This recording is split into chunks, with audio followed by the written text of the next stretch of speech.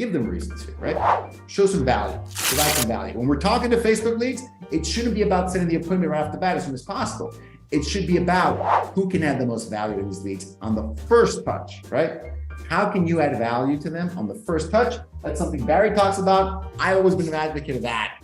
Show some value and you are much more likely to get the second call, the text message response, the in-person meeting, and to get the client, regardless of where they start, okay? Because a lot of people claim they're at the beginning of the process just to get you off the phone.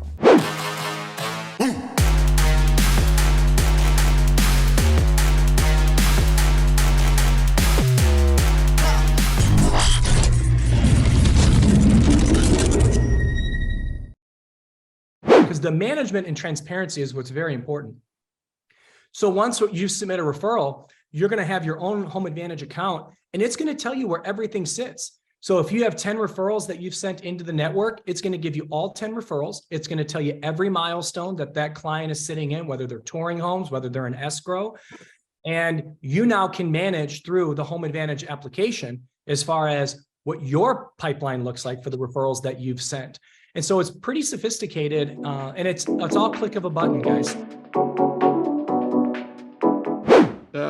Welcome, everyone. We're going to be talking about best Facebook ads that are working right now. And I've got my friend and CEO of PowerISA, Gus. What's up, Gus? You were in Mexico, but you were in my neck of the woods last week? I was in LA over the weekend for a wedding. I don't want to date myself, but one of my nephews got married. So there you go, right? So, wow. So it's been a while. So a guy that I carried as a baby got married this weekend, and I wanted to be there. So it was a good time. Nice. And where'd they get married? This is Beverly Park. So that's the part of LA. So we're not right where all the theme parks are, like Theme Park Central. Oh, I love that. Yeah, so that's good, dude. Good. All right, well, let's get started, man. Why Facebook? What are you telling me here with Facebook? Let's jump in. This is a jam-packed session, so I want to get to everything. Let's just kind of go through it. Let's hit the ground running here. So I've got some data here, right? This is 2023. Like Facebook has arrived, right? 100%. But I want to show some data, kind of how we got here, right? So this is like. I love this chart. This is from NAR. On the amount of like personal inquiries onto your organic websites, right? This is like this number. This trend is not a good trend, right? So it's been going on for a lot of years, where agents could get leads organically, right? I mean, they would get a certain amount of leads. This would be great. This is awesome. And then it fell off a cliff, right? So the organic, I mean, and I love SEO, and I'm a big SEO advocate, but the throughput on some of these SEO campaigns for real estate has really changed, right? So there's other opportunities out there. One of the things, people should understand is that according to NAR, 53% of homes, they're going to sell with a previous agent or a referred agent. So at least 47% of transactions are always going to be up for grabs, right? Year in and year out, all right? More data in case you need convincing that social media is a dominant force in real estate, right? Look at the numbers for, depending on what generation people are at, right? What percent of them are using online sources like social media to find properties? Like, look at that, man. Like, even folks that are like boomers and, Gen X, older people, the numbers just don't lie, right? They're visiting a lot of these folks. 70% of the silent generation is online and on social media looking for properties, right? 70% of the silent generation, so that's 65 and above, like above 65, 70%, 70 and above, right? So, and those numbers have only gone higher the last few years. There's more data on this. And I love this chart, Tristan. This is from 2018. The reason I'm showing this chart, 2018 was the first time, this is the NAR technology survey. It was the first time that social media was the #1 source of quality leads for agents. 2018 was the first time they kind of came clean and admitted it, right? You know what? Social media is giving me the best quality leads that I'm getting at this point, right? And the number's only been increasing since then. But 2018 was the first time that NAR and their national technology survey kind of made it official, right? This is something important. This is why we're focusing on Facebook, on Instagram, because it is, of all the social networks. And again, you should try them all, no problem. You can do TikTok, you can do YouTube, you can do all of these, right? The reason we focus so much on Facebook and Instagram, it's because it is the dominant social media network for our target market, right? For millennials, Gen X, Obviously for boomers, because it seems to be rampant in there for boomers. It is the one social network that gets all of those target demographics.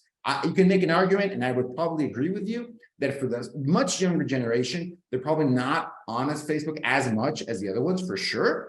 But for our target home buying, home selling segment, right? The demo, if you guys know TV ratings, the demo is the top age group we want to target. The majority of them are going to be on Facebook and Instagram. The majority of them. That's why it's so important to have a presence there. Okay. Cool.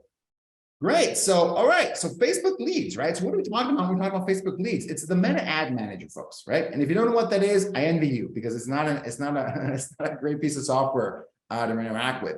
Currently, still the best deal you can get for paid leads from internet-based leads for real estate, still the best deal you can get out there right now. It is very dependent on the creative. So I love to get your take on this, Tristan, because you have other ads out there. There's YouTube ads, there's TikTok ads, there's other ad platforms out there. And I would argue that it is probably the easiest to generate ads for, maybe only beat out by like AdWords, right? Like maybe that's a little bit easier to get off the ground because you don't have to do a ton of creative with Google AdWords, I would argue. It's probably one step above Google AdWords, and it is not nearly as challenging as video ads on YouTube and TikTok. Probably now. What would you say? Where would you put Facebook on the spectrum of how how hard it is to get that creative dialed in and up and running? Dude, I think Facebook has done such a good job once you understand the back end to make it as simple as possible for people not to screw it up. Yeah, I think that. So I love. I'll let you finish, but I think I love that because the biggest challenge you have with Facebook right now, like 2023, is you kind of messing it up. I think that's probably what you have to work against. And we'll talk more about kind of why that is. But what do you think that is? That it's more about you not messing it up than like doing an amazing job with the creative? No, I don't think a lot of people do a great job on creators. So I'm glad that Facebook has taken a big piece of that away. In fact, when we were working with Facebook as consultants, they slowly realized that they needed to remove that from the consumer's hands and place it into companies that could do it for you, because they were doing a better job overall, right? And so that's why you started seeing like Ylopo and then Command work into it and a bunch of other ones in the real estate world. But yeah, I think you're right about it. I think when we look at it overall, because we just finished testing out TikTok, and the ads on Facebook still outperform TikTok ads, which is not, and that's specifically for real estate, right? So 100%. And I don't think that's surprising, because I remember, I'm old enough to remember, I don't know if you remember this, that Facebook didn't compare well against Google pay-per-click, right? Facebook didn't do well in that comparison for the longest time, for years. If you really measured ROI and you measured it close, like if you played green light, red light with Facebook ads versus Google pay-per-click ads, right? Like classic AdWords, it would beat it out of the water for the longest time until it didn't, right?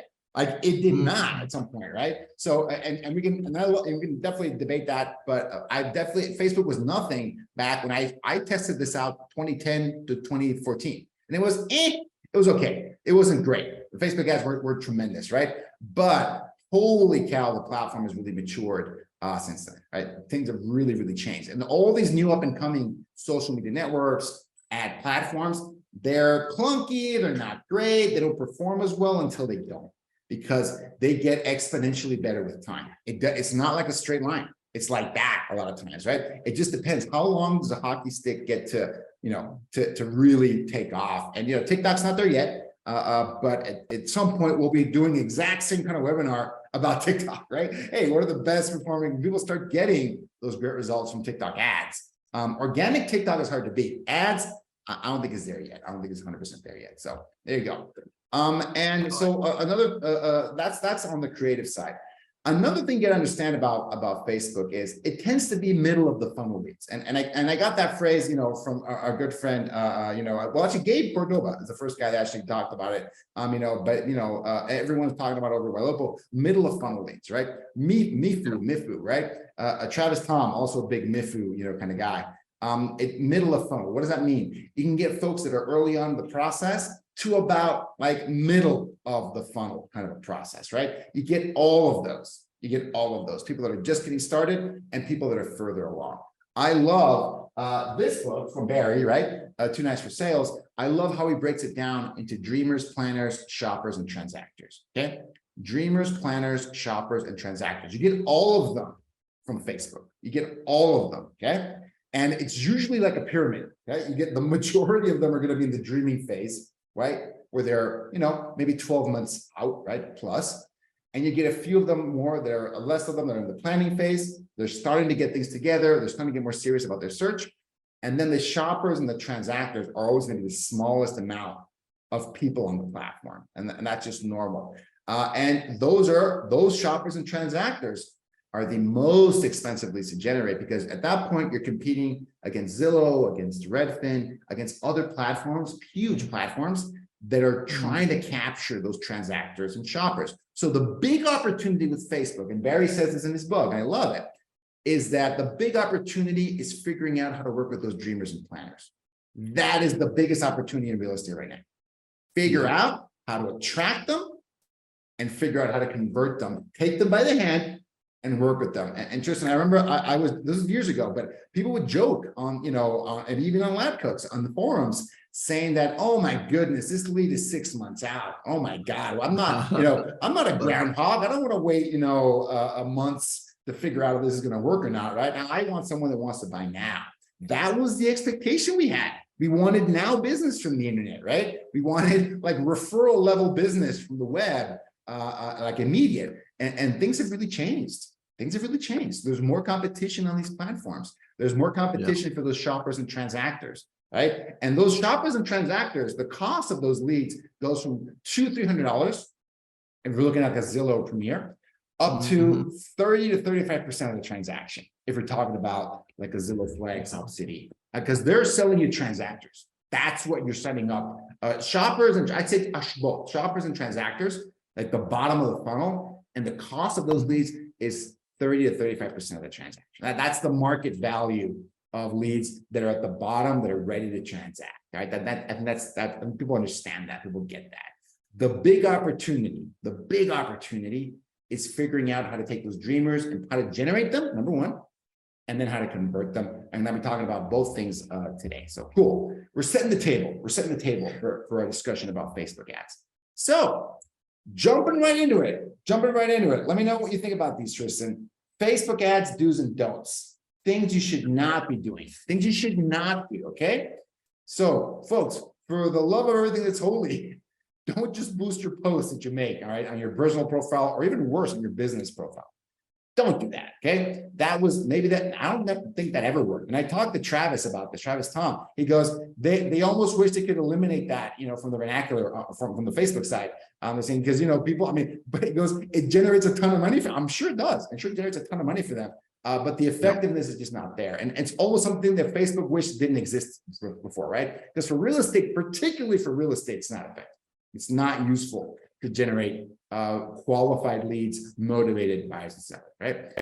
Another one, folks, do not put your picture in the ad. When we're talking about creative and how to do it right, this is not doing it right, okay? This is not doing it right. It's not a business card, right? It's not a calling card. It's not even your mailers shouldn't have your face on, to be very honest with you folks, right?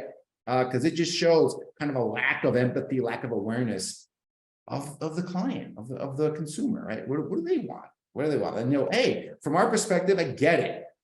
We're an agent. We're trying to prove we're the best agent, right? Because the consumer wants an agent, right? I don't think that's usually how you get their attention. We're not talking about what they need. We're not talking about what they need. We're talking about how do you get their attention. And your face on the creative, not going to be super effective. Not going to be super effective. Don't do this. Run less than $10 a day in ad spend. It's not worth it. It's not worth the effort. You're not going to get nearly the results you want unless you got to put money in these platforms. $10 a day, I'd say, is the minimum. You got to start off with. In some markets, in most markets, that's going to be fine. If we're talking about, Tristan's neck of the woods, Ventura, LA, San Francisco, New York, a lot of the metros, I think it's double that. to really get started, right? And generate some traction because the cost per lead is going to be higher, right? And do not, again, this is 2023, it's been around for a while, but do not forget the special ads category. There's a lot of implications for Facebook and Facebook ad campaigns. Tristan, would you add anything else to this list? What people should not do on we're talking about Facebook ads, do's and don'ts. Anything else they should not do? The one thing on the ads that they shouldn't do is give up after testing it one time. Oh, 1,000,000%, because that's a really good point. I think at this point, I'm sure everyone that's joining us here today and people that are watching this, you've tried Facebook, okay? Because the ad product has been around for almost almost a decade, more than a decade at this point, right? But you've probably tried it. You've probably hired a marketing agency to do it. You've probably hired a company to do it, or you've done it on your own. You've tried it, but I bet you didn't get the result you want, right? That might be a reason that you're watching this, probably is, but you're right, Tristan, right? People tried it, online leads suck, they don't work, Facebook doesn't work, all these things don't work, right? So I'm here to bring, again, I'm coming from love, right? I'm coming from the point of view of wanting you guys to win. You're wrong, okay? You're wrong. And usually the problem people run into is that the marketing side, the creative, is not dialed in, it's not effective, one, or the conversion side is not dialed in and it's not converted, or both, right? You can actually have both. You can have like a double, 2-for-1 kind of situation. Both can be off, right? That's usually it, folks, because I'm here to tell you, these ads work, right? They absolutely work. And it's just a question of getting enough of these leads and giving them enough time. Like I said, middle of the funnel. These are middle of the funnel leads, right? This is not going to be, boom, ready to buy within 30 days. It's not realistic for any kind of lead generation activity, quite frankly, right? So you got to give it some time. So I'm going to give you some examples. I've blocked out some faces because I know some of these agents. This is what I'm talking about with what you probably shouldn't do, okay? Do not put your it's not a business card. And Tristan, I do within my own Facebook group, I review some ads every week, every couple of weeks. I review Facebook ads, a little bit of a wall of shame. And these ads get run all the time. And I talk to agents, they go, again, no offense intended here, folks, right? And maybe this creative has worked on a postcard, it's worked somewhere else, on a bench, on a billboard. I think I'd like to, dude, it's completely open for everyone to take a look at everything, right? So it's not 100%. It's not like we have to hide people's names. Jake, can you make me co-host, or I want to showcase a few things because it's not allowing me to share my screen. Yeah, definitely. 100%. You can always see, what people are running, or, if you're in an area, local to an area, you'll see these ads being run, right? You'll definitely see these ads being run any given time.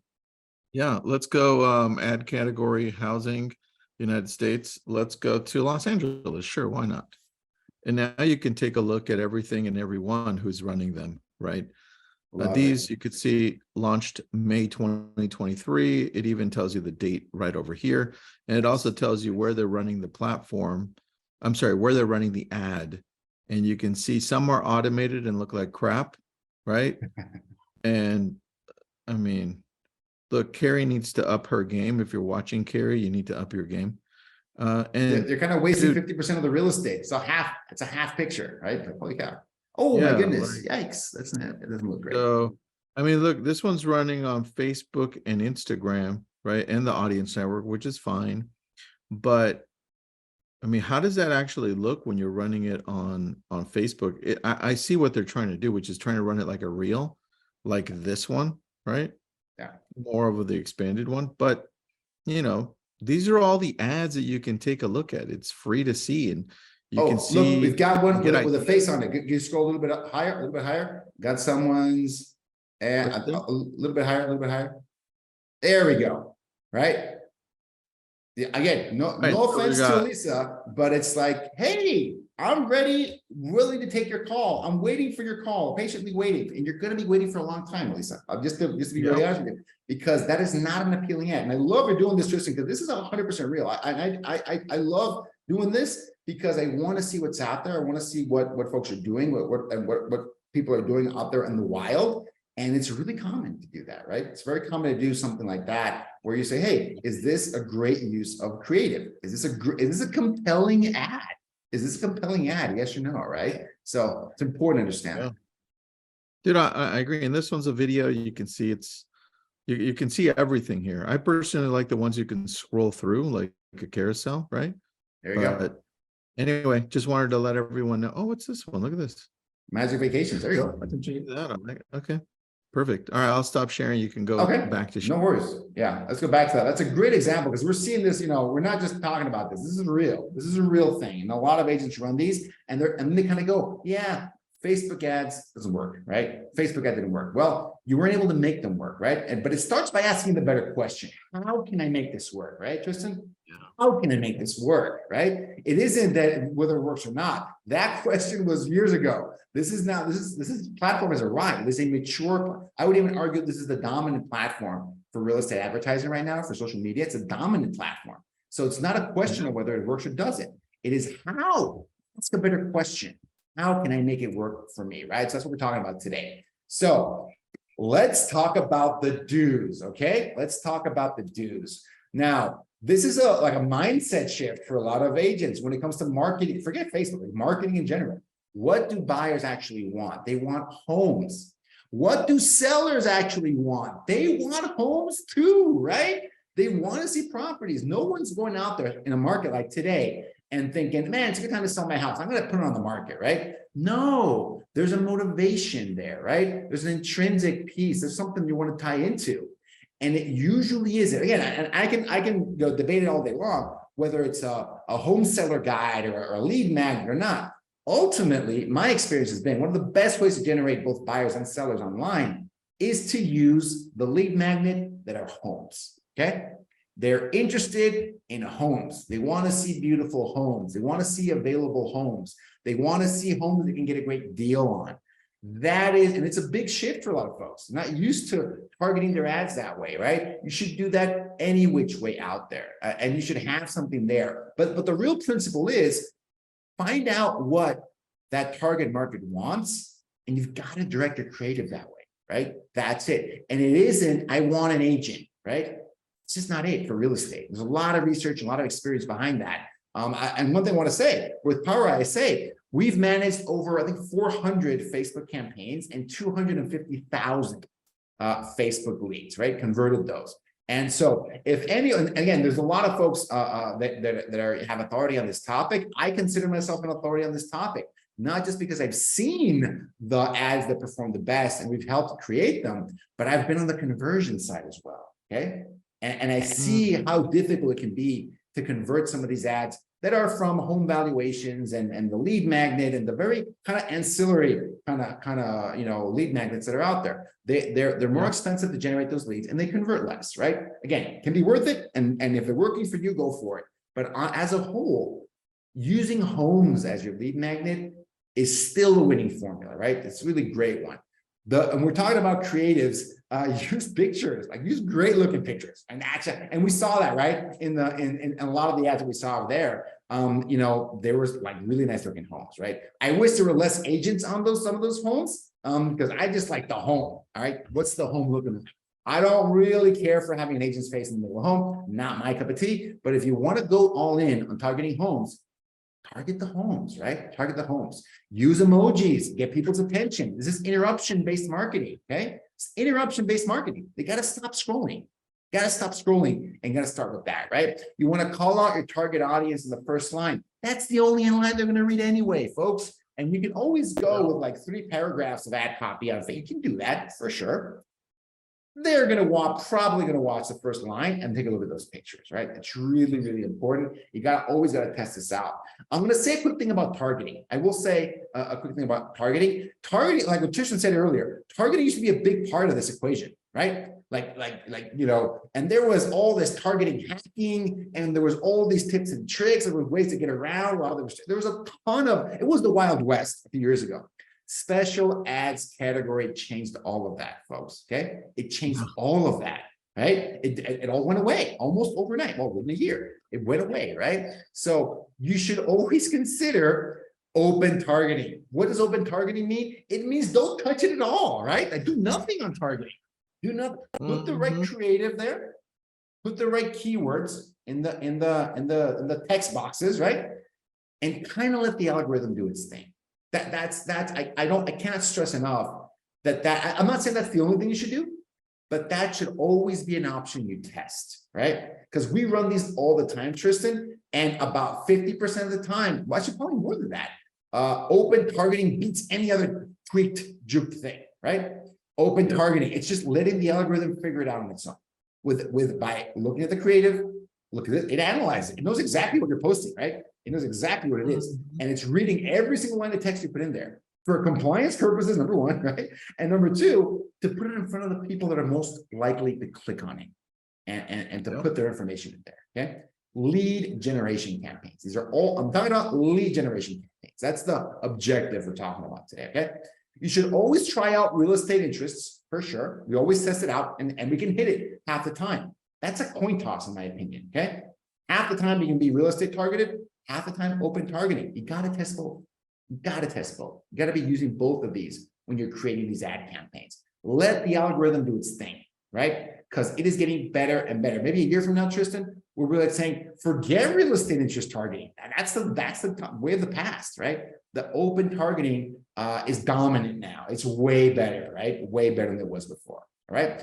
Also, Tristan said, don't give up on it too soon. Not just don't give up on it too soon on the conversion side, but on the creative side, don't touch anything the first 3 days. You don't have permission to do that, okay? Gus said you cannot touch a Facebook ad campaign for the first 3 days. It is too soon. It is too soon. And especially if you don't know what you're doing, right? Even if you know what you're doing, the pros know how to do this. The pros, they just let it ride for a few days because it's in the learning phase. It's in the discovery phase. Especially if it's the first campaign you're running, even more so, okay? Even more so.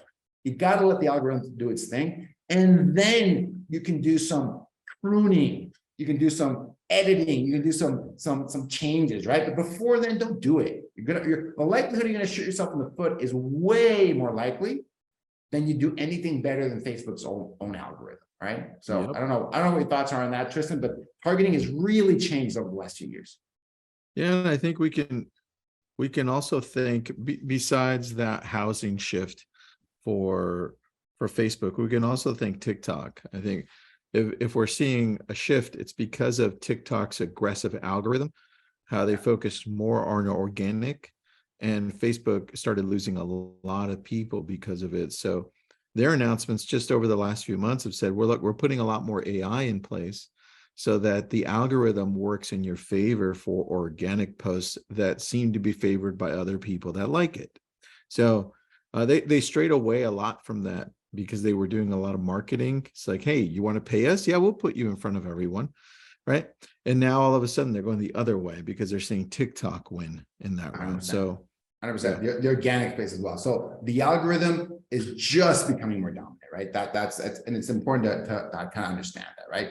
Great, awesome. And Karen, we're getting to that because that's the next slide. Karen had a question about, hey, well, when are we going to be talking about the actual ads? That's the next slide. We're talking about the actual ads. So I'm talking about campaigns first. So these are by far the most successful kinds of Facebook ad campaigns you can run, right? And I know this because we're running dozens of these right now. Like right now, I'm spending money every day and we're seeing these three rise to the top. Number one, you're advertising a list of homes, okay? You're advertising a list of homes slightly under the median price in your area, right? My market that I worked years in was the east side of Seattle.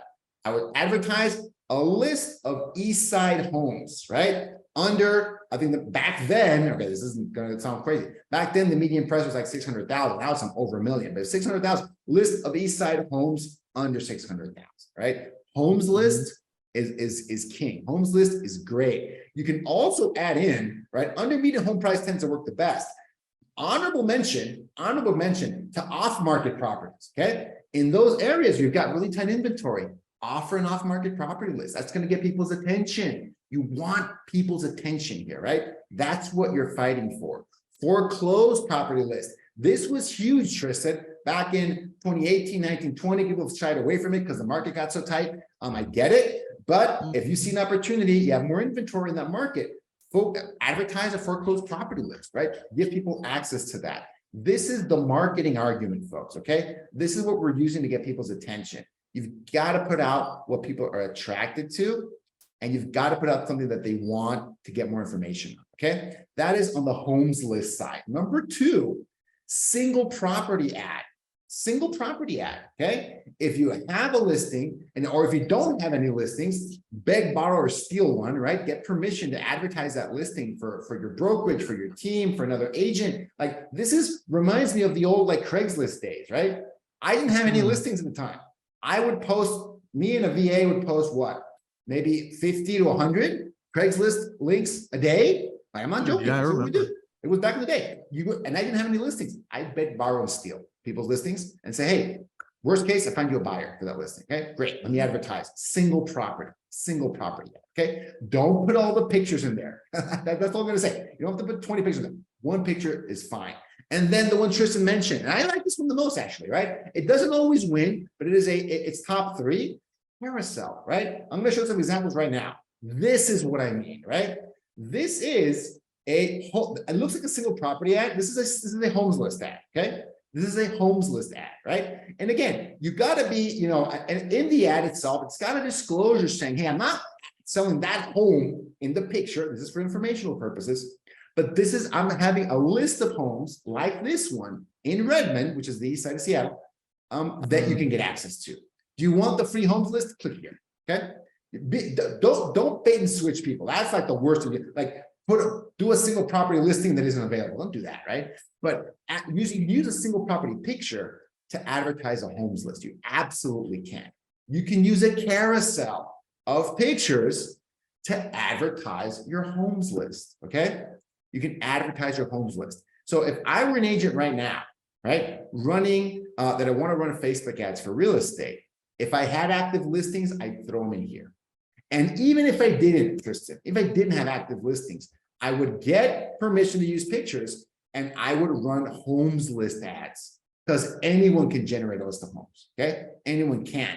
The only list that takes a little bit of effort, and I think is worth it, is that off-market property list, okay? Generate an off-market property list. How do you generate it? I would get my ISA to call for sell by owner, withdrawn, expired, and it is the easiest call ever to make. Hey, I want to get you a buyer. Can I publish this to my off-market property list of buyers? Great, thank you. Thanks for the permission. You're good. Now you have enough. Congratulations, you have an off-market property list. That's what they want most of the time, actually. For you to bring them a buyer. Great, I'm going to bring you a ton of buyers. We'll give you permission to add your home to my off-market property list. Are you still interested in selling? Great. For this price, great. Let me know, and I'll bring you a buyer for that. I think when it comes to that specific type of ad, because I know some areas, some states, and some MLSs don't allow. Correct. Market. That's true. I think what you could do is just get a list of all the for sale by owners, and at that point, you're not breaking any rules. It's like, hey, here are all the for sale by owners. I'll give you the list. You want for it? sale by owner, local list of the best for sale by owner properties out there, right? That are looking to sell. Motivated sellers, right? Motivated seller list. There we go. I haven't tried that one, right? Motivated seller list, right? You want to call these for sale by owners up, make sure they're willing to work with you. Okay, great. Get their properties on your list. Perfect. I would get them in there. This is what we mean. And the purpose here is to get the client excited about what they actually want, which is a great looking property, right? Blue sky, green grass. Yeah. So with this, if we're getting the leads coming through, how do we do a better job converting them? Because yes, I mean, you 100%. Yesterday, we've got a great VA with PowerISA, right? And we're like, he does such a great job for Luis. It's like, we've got somebody in place, but somebody who isn't using PowerISA or is thinking about it, that's fine. But somebody who isn't, what are some things that you think they should do to better convert these leads? 100%. And I think it comes down to a couple of really important elements, right? Because when we're talking about people on this interruption-based marketing phase and that are in the middle of the funnel, okay? That's a big component to this. They're in the middle of the funnel. What you don't want to do, Tristan, is you don't want to take a day to call them, right? Oh, I'll call, oh, they came in, later. Oh, I'm busy. I'll call them, later in the afternoon. I'll call them tomorrow. You don't want to take too long to get back to them. And you don't want to approach it like they're requesting a showing. Great. How many bedrooms do you want? How many bathrooms do you want? Okay, great. You're pre-approved. Cool. You are disqualifying them in their eyes when you want them to be bottom of funnel, because all of our scripting, all of our approach is kind of asking leads. The typical approach is, hey, are you bottom of funnel or not? Oh, you're not. Okay, well, let me know when you are. Can you call me later when you're ready to go? Great, awesome, thank you. It doesn't work that way, right? That's how we sound like these leads, the most of them, right? And you can argue whether that's useful or not for the Zillow, maybe the lower hanging fruit kind of leads, maybe. But I would argue you've got to assume they're at the top of the funnel, okay? And your script needs to reflect that. Your questions need to reflect that. If you're asking bedrooms, bathrooms, square footage, and pre-approval, that is not a top of the funnel question. It's just not, right? It's just not. And that, in my opinion, that's the wrong approach to do it. So whether it's you or your ISA, the ISA can really solve the speed to lead problem. They can get in touch with them right away. And that's a great solution to that. But they also have to say the right thing when they're talking to them and they get an opportunity. Because again, the goal here isn't to run the best looking Facebook ads, in your city. That's not the goal. The goal is to have more real estate focused conversations every day. That is the goal, okay? Have the most real estate focused conversations every day. Because if you focus on that, right, then I don't care what the market's doing, Tristan. I am having as many real estate focused conversations as I can on a daily basis. And that's what I can control. I can't control the Fed, Ukraine, the election, interest. I can't control any of that, right? I actually can't, right? But I can control how many people I talk to every single day. And Facebook is a great way to generate conversations for you and your team. And an ISA can be an amazing way to not let any lead go to waste. No leads left behind, because they got that speed to lead component and they've got that scripting component to start a conversation, right? And take these folks by the hand. And even if they're saying, oh, I'm just getting started, that's a really common objection from Facebook leads. Oh, you know what? I'm just getting started, Tristan. I'm good. Your response to that shouldn't be, okay, great, when should I follow up? Your response to that should be, that's awesome. I love working with folks that are just getting started, because that's how I can add the most value. Let me show you what I mean. That's what you should say, right? That's a winning response. That's gonna interrupt it's like an interrupt. Oh, hold on, what? Right? What do you mean? I'm just getting, I want to get you off the phone, Mr. ISA or Mr. Agent. I don't want to talk to you right now because I don't see any reason to, okay? Give them a reason to. Give them a reason to, right? Show some value, provide some value. When we're talking to Facebook leads, it shouldn't be about setting the appointment right off the bat as soon as possible. It should be about who can add the most value to these leads on the first touch, right? How can you add value to them on the first touch? That's something Barry talks about. I've always been an advocate of that. Show some value and you are much more likely to get the second call, the text message response, the in-person meeting, and to get the client, regardless of where they start, okay? Because a lot of people claim they're at the beginning of the process just to get you off the phone. Just to get you off the phone. That's normal. That's normal, okay? Cool.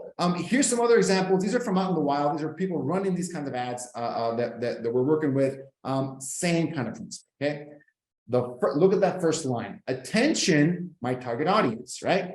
Check out these amazing kinds of homes. Get a free, affordable home under median price, right?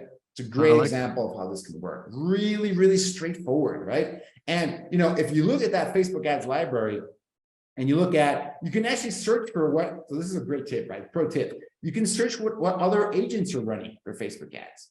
Me personally, I like to look at what like Robert Slack, for example, right? I like to know what ads Robert's running, right? Because they sell 5,000 homes a year? They kind of know what they're doing, right? When it comes to that. Something like that. Yeah, in that ballpark. They almost exclusively run single property and carousel. That's what they run. Right. So again, I can talk about all my theories and all the experience that we've got with Facebook ads. Well, look at Robert, right? That's what he's running. That's what he likes to run. And yes, there's more to it than that. But look at the creative. If you're matching that creative, you get a shot, right? Go there and do what the top performers are doing, right? If anything, if you take anything from this talk, from this webinar, like look at what the top performers in your market are doing. right? What's working there? That's another tip you can get, another hint as to whether you're on the right track or not. And if your ads look nothing like the top performers in your market, I would take that as a really good data point. You probably should be doing something different, okay? Try that different. All right, cool. You can add some more. We got a few minutes left. Yeah, I got a few minutes left. So you should add a couple quick tips. You should add some qualifying questions to the whole funnel. You can check that out. And also, I don't want to miss the opportunity to say, for people taking notes, maybe taking screenshots, folks, I will give this slide deck to you for free. Because you're watching this all the way to the end, right? You get this slide deck for free. Let me just run through these last few slides really quickly. One, the money question you want to ask a lead when they sign up to your lead form through Facebook: do you own or rent? I mean, if anything, just ask that, right? The name, email, phone number. Do you currently own or rent a home? Yeah. You don't need more than that, folks. You don't need more than that. That's enough. Those are great questions to put in there. This is what that would look like. Really, really important. So I'm going to jump through these last ones because we already talked about the importance of speed to lead and scripting, right? Really important to understand that. And like the follow-up question as well, right? Folks, how many phone calls should you make? We've measured this really closely and we found this study as well, right? It's saying that the sweet spot is going to be 6 to 8 touches, right? 6 to 8 phone calls. Sorry, not touches, 6 to 8 phone calls. We have found this to be true in our research as well, right? We've even found, we've gone a step further and said more than 6 calls, you're kind of wasting your time within 30 days, okay? You're kind of wasting your time after 6 phone calls. It's really diminishing returns, we found, right? But really similar to what we found in this study. So really important to understand that. In this slide deck, you're going to see our recommended calling plan, follow-up calls to get the maximum out of this. And you really want to make sure that when you're talking to someone, you're delivering massive value. The goal is not to set the appointment off the bat. The goal is to add value off the bat, right? Want to make sure, and this we always talk about scripting, add the value, assume that the lead is the top of the funnel. Assume that they're on top of the funnel. And even if they start the conversations texting, that's fine. Meet the lead where they're at. Meet them where they're at. But the goal is always to get them on the phone. Don't confuse that, right? I mean, very few appointments are set 100% on text. And, maybe your market's different, but very few are set via text. Most of them are going to be set on the phone, but you can start on the text, always with the goal to get them on the phone 100%. All right, cool. That's pretty much it, folks. You can check this out with the free giveaway. If you email info@PowerISA with the subject line, free Facebook deck, you will get a link to this slide deck, okay? Email info@PowerISA with the subject line, free Facebook deck, and you'll get all the, we didn't have time to get through all the content today because it was an awesome conversation, but you'll get that. And if you want to try out, right? If you've tried this out on your own, you're tired of giving it a shot, and you want help with the marketing and the conversion side of the equation, marketing and conversion, we can help you out at PowerISA, right? We can help you out. Get more information. We're so confident in this new service that we'll give you a free trial, 10 days. Try it out for free. You tell me if it's useful and if it's better than what you've done in the past, because we can help you with both sides of the equation, marketing as well as conversion. I like that, man. All right, we'll put up that link as well. Any questions you have for Gus? Gus, how do people get a hold of you? The best way to do it is right on our website, PowerISA.com. I'm also really active. I got an award, for being so active on the LabCoatAgents community. You can probably find me on LabCoats. I'll get back to you same day if it's on LabCoats, or you can just book a call on our website. That's the easiest way to get in touch with me or my team. I love it, man. Thanks so much for doing this. And you're always a wealth of knowledge, so thank you. All right. And thanks, everybody. We appreciate you.